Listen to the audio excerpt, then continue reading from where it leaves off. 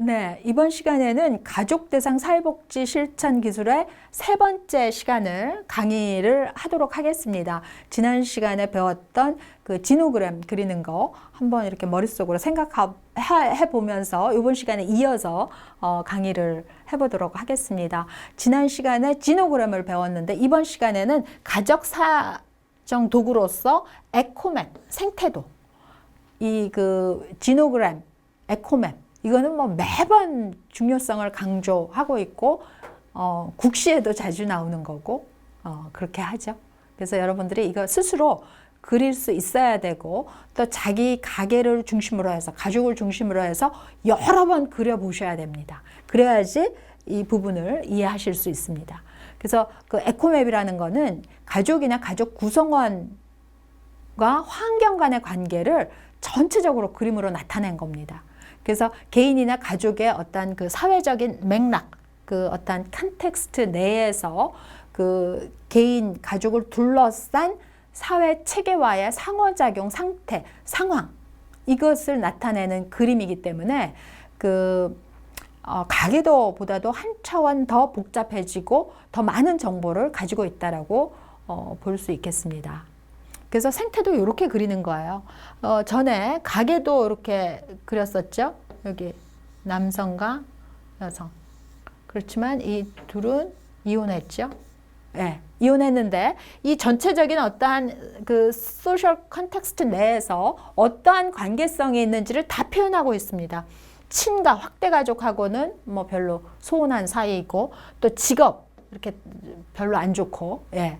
또 취미, 예, 굉장히 강력하고 뭐 예를 종교, 예, 또 외할머니, 뭐 이웃, 뭐 친구, 학교, 이 여러 그 관계성, 사회의 그 시스템하고 어떠한 상호작용을 하고 있는지도 이 하나의 그림으로서 살펴볼 수 있기 때문에 그 가족 사정 도구로서는 굉장히 유용한 도구이다. 그리고 여기에 표현할 수 있는 게 굉장히 많습니다. 제가 이 제시를 한 거는 여러분들 학부 수준에서 가장 기본적인 것을 볼 수 있도록 여기에 그 내어놨는데 여기에 그 다양한 외체계, 내체계 또 거시체계까지도 더 크게도 그려 넣을 수 있습니다.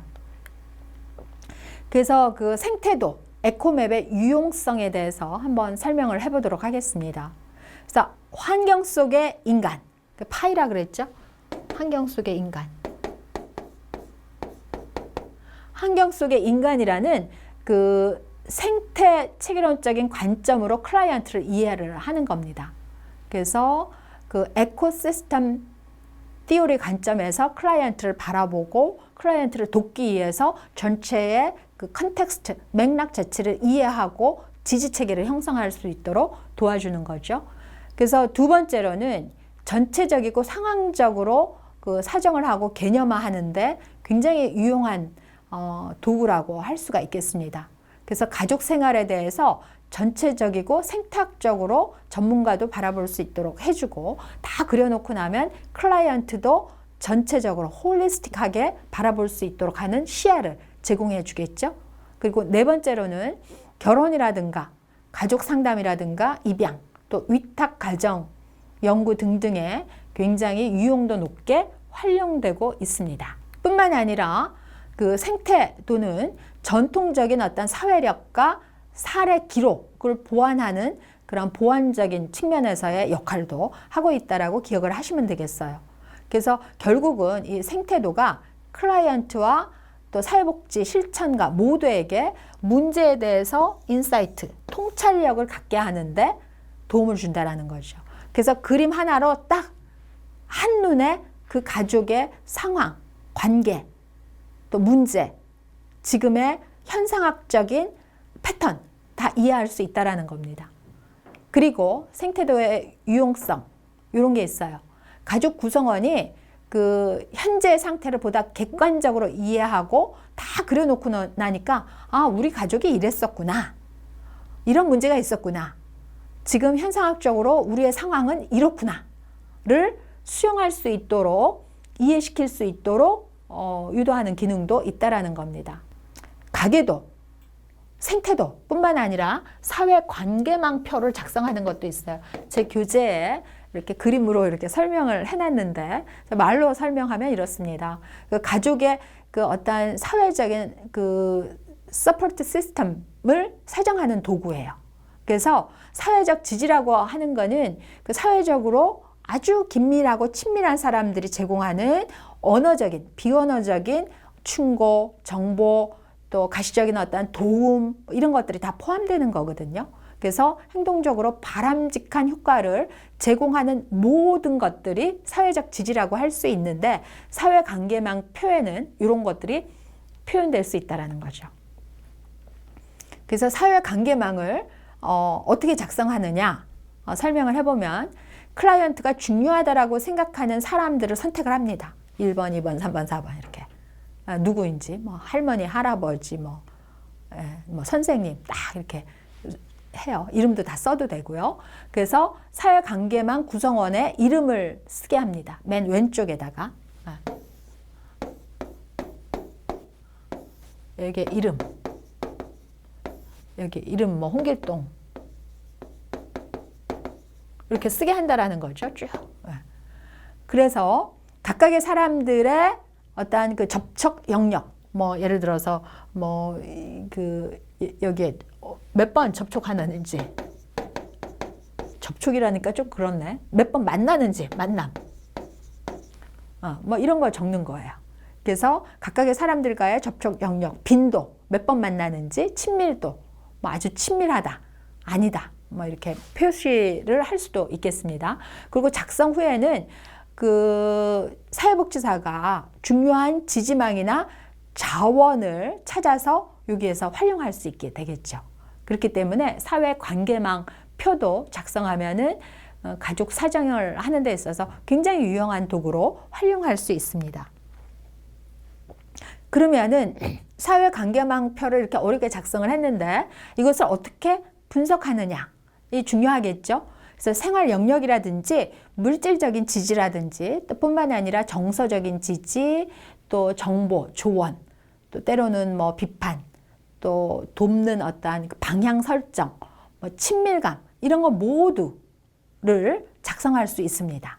그래서 사회적 관계망 내에 있는 사람들이 클라이언트와 어떤 관계에 있는 사람인지 분석도 해서 사회 지지 체계로 활용할 것인지, 자원으로 활용할 것인지, 어떻게 연결할 것인지도 해석이 나오는 거죠.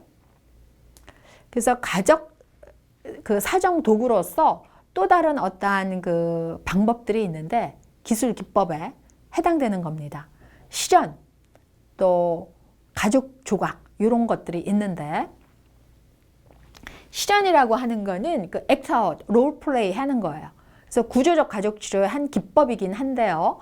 그 면담 상황에서 가족 상황을 재현해 보게끔 하는 겁니다.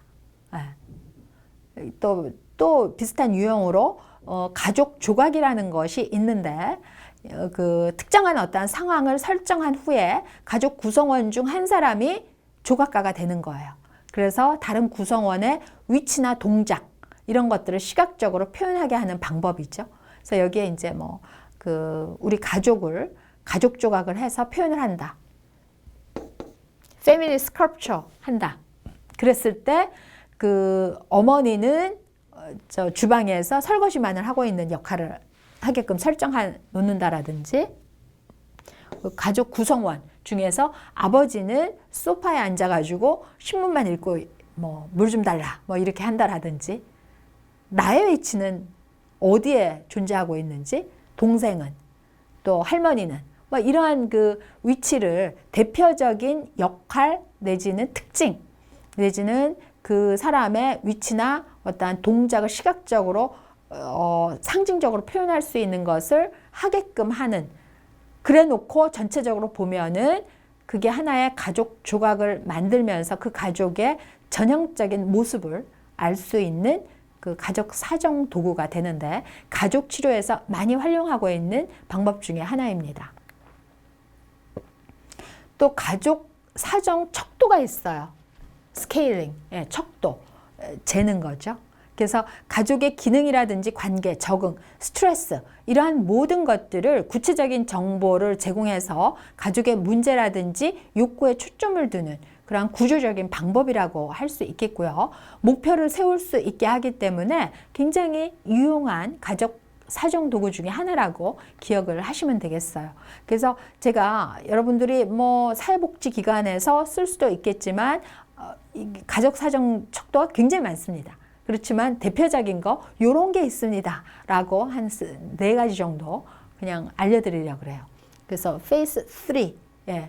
그래서 가족 기능에 관련된 적응력이라든지 응집력 배우셨죠? 적응력, 응집력 요걸 측정하는 도구예요.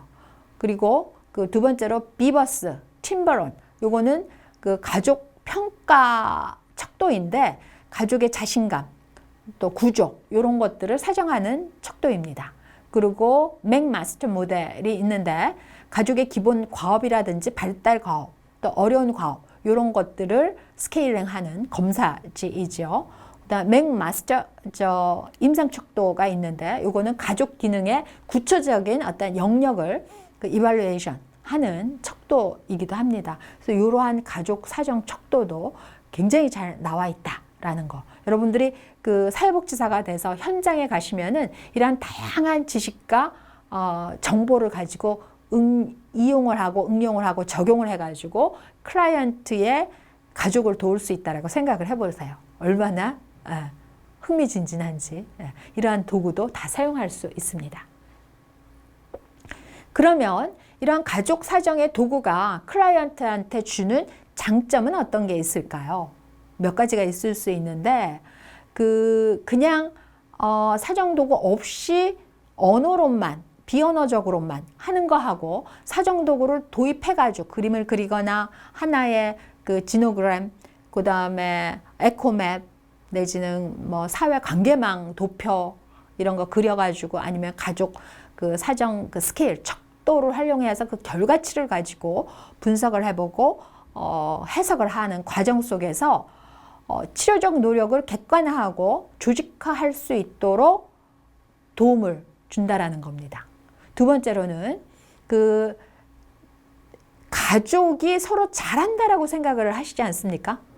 근데 등하불명이라고 가장 가까이 있는 걸 못 보는 경우가 많습니다. 그래서 가족에 대해서 너무나 모르는 경우가 많아요.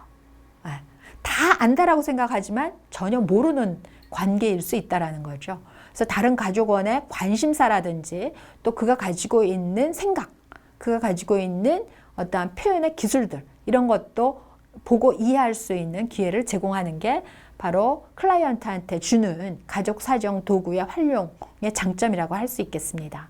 그리고 실패 경험에 대해서 이렇게 탁 터트려 놓고 오픈시키는 자기 개방의 어떤 그 기회를 줄 수 있다라는 점에서 저는 굉장히 유용하다라고 생각을 하고 있습니다. 그러면은 클라이언트한테 이런 장점이 있는데 그 전문가인 사회복지사한테도 가족 사정 도구를 활용하면 엄청난 그 장점이 있습니다.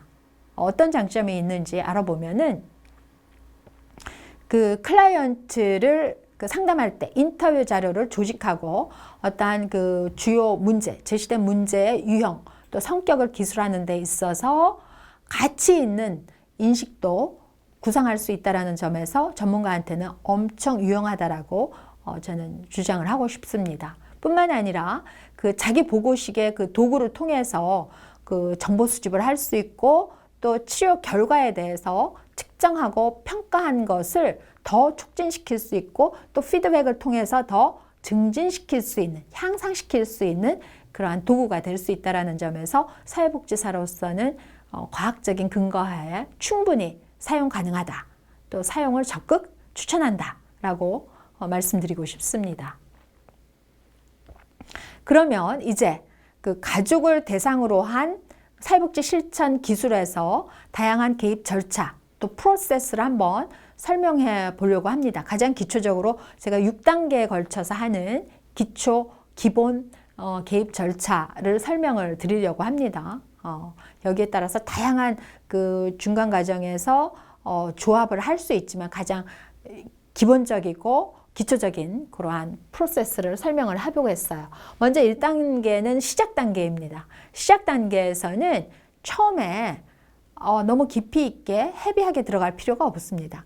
그래서 첫 번째 시작 단계에서는 날씨라든가 또 주차하는데 힘들지 않았는지, 뭐 오시는데 어떠셨는지, 날씨 어떻는지, 기분은 어떤지, 이렇게 일반적인 일상적인 이야기로 시작돼서 가족을 편안하게 하고 또 그 과제를 부여하고 또 분명한 목적도 수립해야 된다라는 전반적인 가이드라인을 주는 시기라고, 단계라고 이해를 하시면 되겠습니다. 그래서 이 단계에서 여러분들이 지금까지 배웠던 다양한 기술들, 이런 것을 가지고 가족의 강점, 또 문제, 프로블럼이 무엇인지를 수집하는 그러한 단계라고 이해를 하시면 되겠어요. 그렇기 때문에 그 가치관이나 사회적인 상호작용과 관련된 그 개방적인 질문, 오픈 퀘스천을 해야 되겠죠. 그리고 가계도, 또 사회관계망, 도표 등등을 통해 가지고 한눈에 가족을 이해하는 그러한 단계라고 할 수 있겠습니다. 두 번째 단계는 어조를 설정해야 돼요. 이 톤을 설정해야 되는 겁니다. 그래서 모든 구성원들을 존중하는 어조로 균형적인 시각을 가지고 접근을 해야 되는데, 이때 그 개방적이고 아주 정직하고 또 비심판적인 태도로 가족과 솔직한 커뮤니케이션을 하는 게 무엇보다도 필요합니다.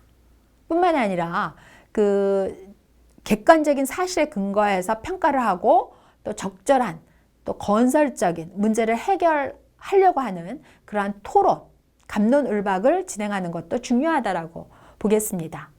그리고 뿐만 아니라 그 반응의 중요성을 보여주고 극단적인 행동도 감소시키는 그 문제도 딱 이렇게 앞으로 우리가 해결해야 될 문제의 절차, 과정, 이렇다라는 것을 톤을 정하는 그러한 단계라고 생각을 하시면 되겠어요.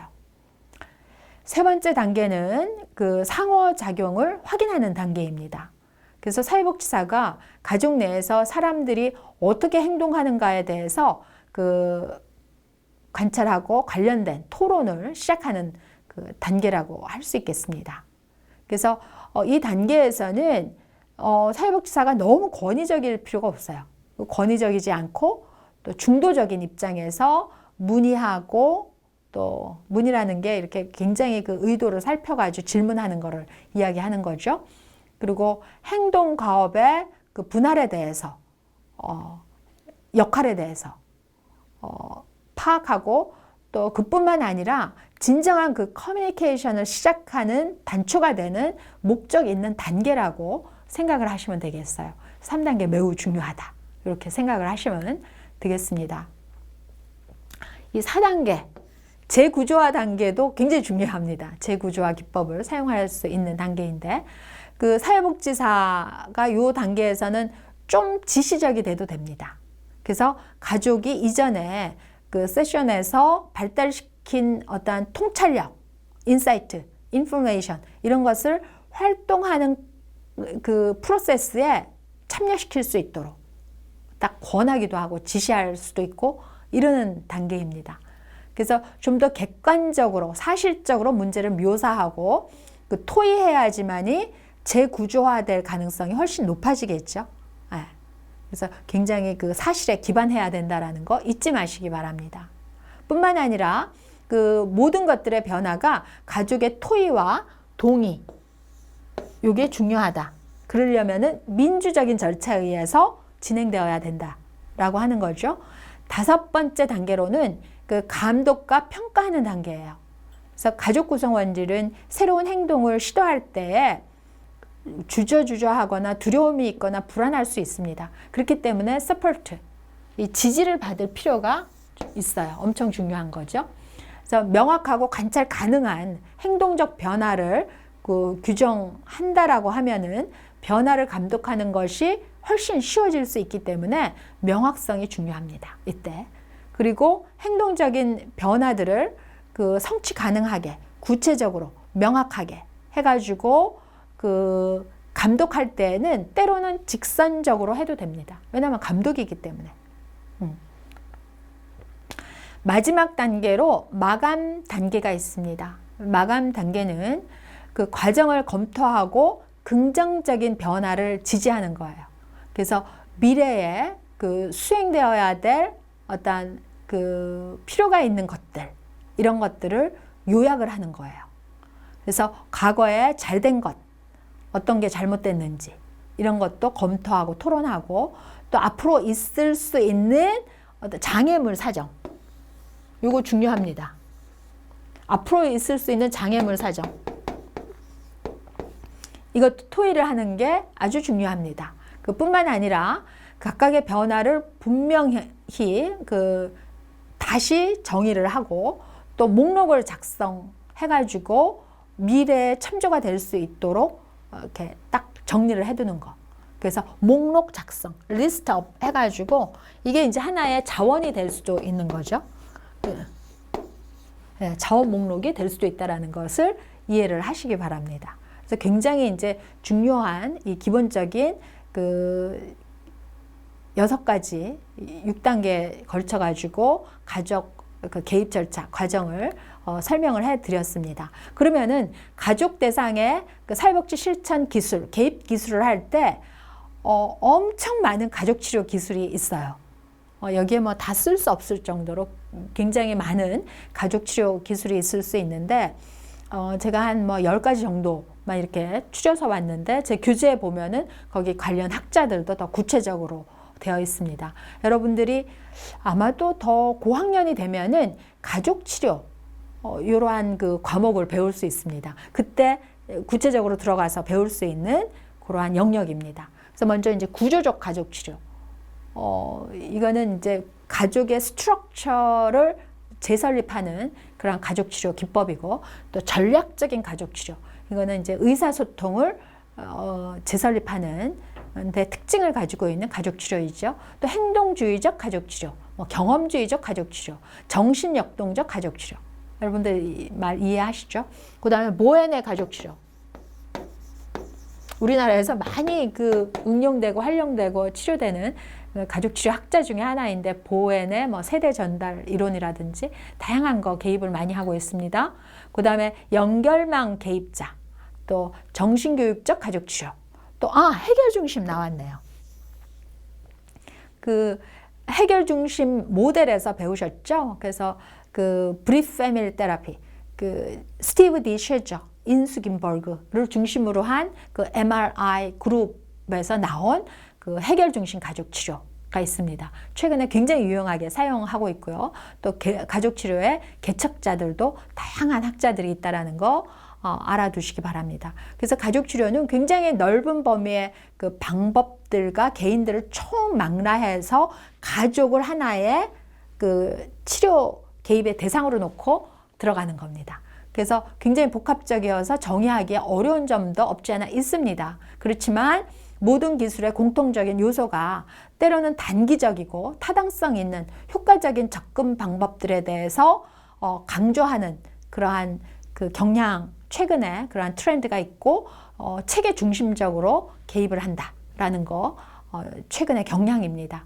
뿐만 아니라 최근에 와서 그 다양한 다문화, 다양성에 대한 그 민감성 있는 주제들과 연합해서 가족을 패밀리 테라피, 가족 치료할 수 있는 여러 가지 기법이 많이 나왔다라는 거 이해를 하시기 바랍니다. 그래서 널리 그 수용되는 전문 기술 3가지만 설명을 해보면은 재구성, 재명명 기법이 있고요. 이거는 그 문제를 새로운 각도로 볼 수 있도록 하는 거죠. 그래서 예를 들어서 여러분들이 교재를 한번 살펴보시면 되겠어요. 예를 들어서 어머니가 직장을 잃고 우울해졌을 때 아들은 그 어머니에 대해서 오해할 수 있는데, 이 어머니의 행동에 대해서 재구성, 재명명을 하면은 어머니가 염려가 많다, 내지는 생각에 전념이 깊다, 뭐 이렇게 재명명할 수 있겠죠. 그래서 재명명, 재구성은 증오하는 거에서 걱정하는 것으로 표현하는 게 훨씬 더 유용하고요. 좀 이렇게 미친 그러한 의미에서 염려하는으로 재명명하는 거죠. 사나운 것에서 화난 것으로, 나쁜 것에서 좌절한 것으로, 이렇게 그 단어의 선택이 굉장히 중요하고요. 사람들이 단어들을 이해하고 해석하는 방식이 굉장히 민감하기 때문에 잘 재명명을 해야 된다라는 겁니다. 그리고 질문하기 기술도 있는데 이 질문이 굉장히 가족 치료에서는 유용합니다. 그래서 첫 번째 목적은 언급된 체계적 행동에 대해서 예외를 찾는 것이고요. 두 번째 목적은 가족이 어떻게 상호작용하는가에 대해서 특징적인 경우를 갖기 위한 거죠. 그래서 문제를 정의하는 것을 도와주는데 질문이 굉장히 중요하다. 또 상호작용의 순서, 질문의 비교, 분류, 개입 방법 여기에 굉장히 중요하다.